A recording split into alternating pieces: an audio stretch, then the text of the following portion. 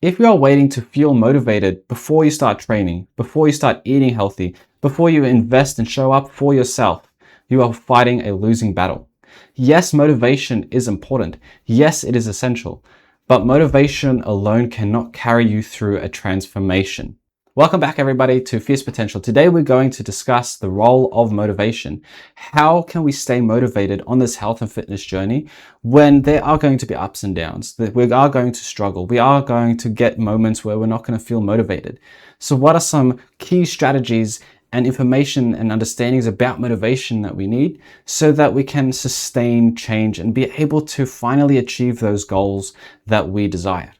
So within this video, we're going to discuss 3 of the most important points about motivation and to understand motivation a little bit more and allow us to utilize this and be able to finally achieve those goals. Motivation is divided into 4 different levels. In this section, I'm going to discuss the 4 different levels of motivation and how that relates to our health and fitness journey. Level 1 is external motivation. External motivation is motivation that comes from anything outside of a situation, anything that's outside and not regulated by you. This can be something as praise, seeking validation. It can be the fear of judgment or even just results. But it can be something even more simple. It can be something such as deadlines. Deadlines that we've all seen within various different challenges that we've seen within the health and fitness journey or within the health and fitness industry. This can be something like 30-day challenges. It can be something like a diet or something as simple as, 2 weeks to rock solid abs. Okay.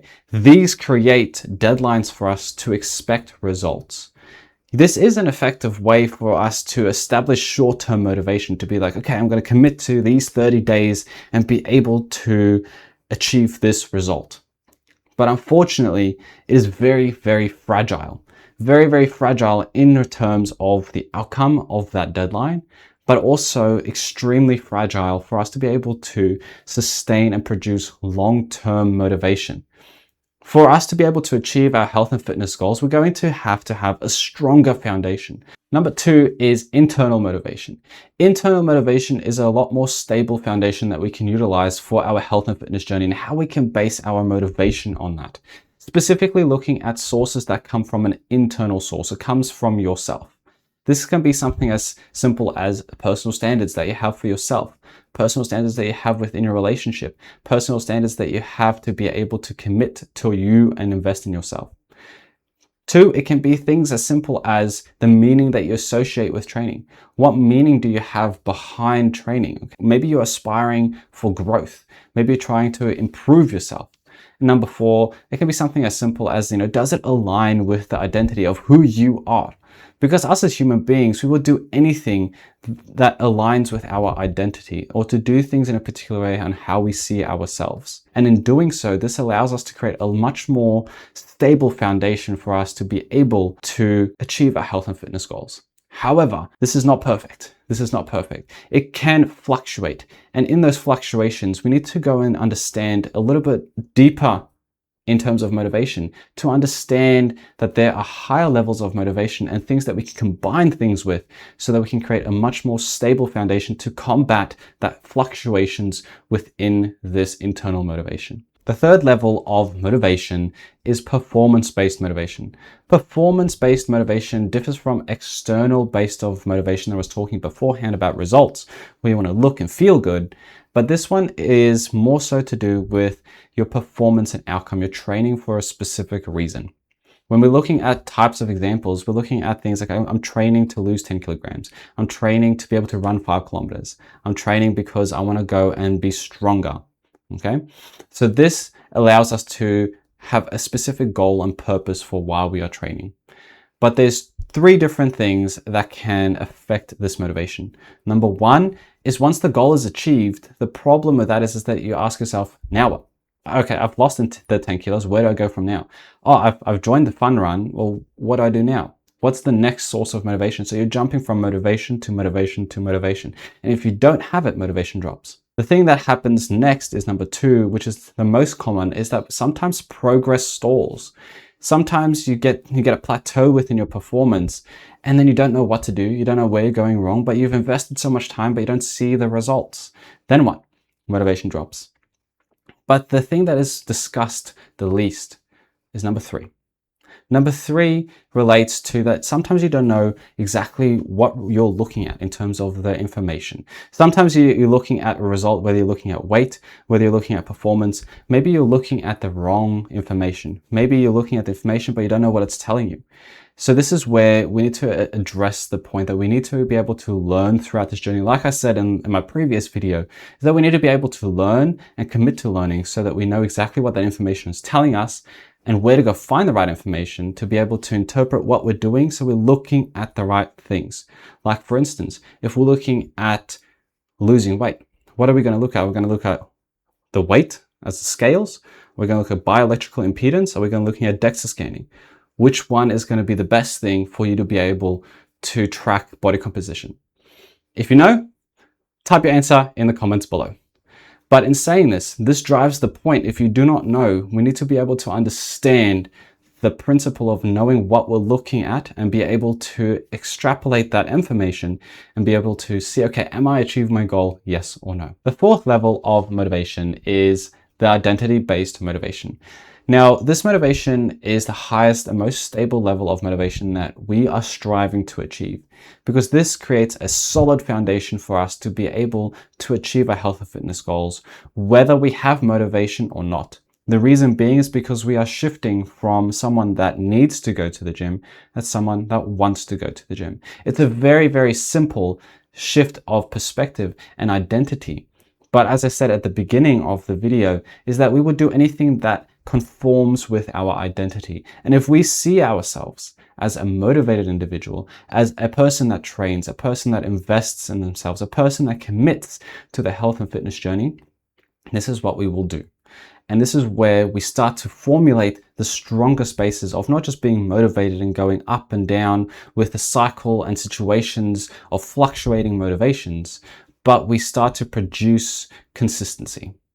Now you might be thinking, okay, I understand the 4 levels of motivation, but you said that basing my health and fitness journey on motivation alone is a losing battle, and that motivation is overvalued. The reason being is because motivation is an emotion, and emotions fluctuate from moment to moment, second to second. And because it fluctuates, so does our motivations. And if we base our motivations or our health and fitness journey on a fluctuating variable, our consistency collapses. Because motivation is the thing that gets us started, but an identity shift is the thing that keeps us going. Now, you might be asking, okay, well, how do I do that? Well, this is very simple, right? You have to be able to strive to get your health and fitness journey based on the right foundation, and that is through striving to develop an identity shift. And how do you do that? You reinforce it through action. You take consistent action that reinforces that identity. It turns from I need to go to the gym to I want to go to the gym. There is a deeper level, and this is motivation versus drive. What is the difference between motivation and drive? Well, motivation, like I just said before, is an emotion, but drive is a combination of your standards, your identity, actions that support that identity, that creates a purpose. And through that united purpose of identity and action and standards that you set for yourself, you develop a drive. It turns from, do I feel like going to the gym? Or, okay, I am going to the gym. It creates a perpetual system, meaning that it's self-sustaining. It creates a stronger level of foundation, a stronger level of motivation. It goes beyond motivation. And this is reinforced by one of Tony Robbins' most iconic sayings, is that if you have a strong enough reason why, a person can endure almost any how. So how do we do that? What are some strategies that we can implement now? Well, it first starts off with action. It starts off with recognizing that yes, action is the big actions like going to the gym, going and exercising and doing all of those things, but there is smaller actions that we need to take. The way that we take that small actions is simple. Whether it's like introducing yourself different. No, I'm training instead of I'm training to be fit. Right? Oh, I want abs, all of those different things. Okay. It is changing the way that you see yourself. So that creates small actions that affirm that identity, that improves that identity shift and supports that identity shift. Next is that we need to remove the barriers. We need to remove as many resistant factors that stop us from taking that big action. How do we do that? Okay, well, we plan. We plan what days we're going to go and work out. What are the days and sessions and times that we're going to set aside to invest in ourselves? Well, how can we implement that in our lifestyle? How do we integrate it into our lifestyle so we don't feel like we don't have time, or that we're wasting time, or we're taking time away from our family? How do we do that? We implement it through our lifestyle. We create a lifestyle where it feels like we're not losing any time, but more so just using it better. 3 is that we need to celebrate the small victories. We need to celebrate the small momentum that we are achieving. Whether it's something as, okay, packing my bag, showing up for the 3 days that you've committed for yourself if this is your beginning journey, or the days that you set apart, or doing something as simple as tracking every single action that you've taken to improve your health and fitness, whether it's through dieting, whether it's through the morning routines, whether it's through the gym, whatever it is, but knowing and recognizing the small actions of momentum. This creates momentum through small actions that compound, and through compounding, it allows to come from a small action to a massive movement and change.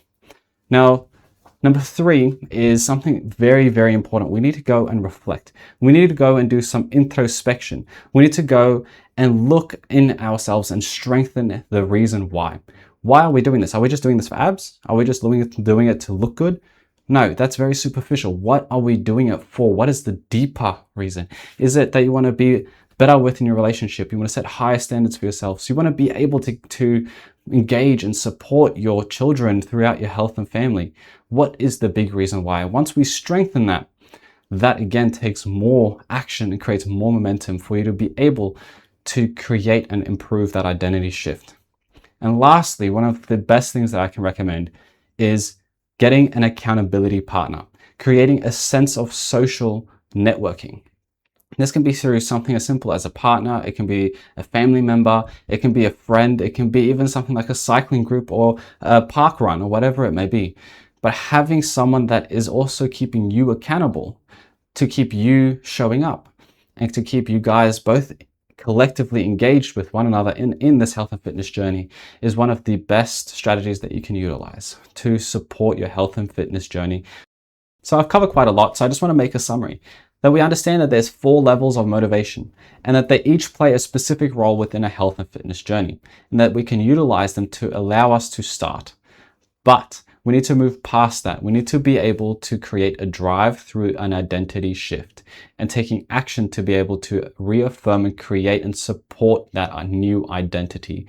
And then through that support, we are able to develop a drive. And we've now covered a couple of strategies for us to implement today to keep us on track with our health and fitness journey. So if you are ready to invest in your health and fitness today, take massive action today.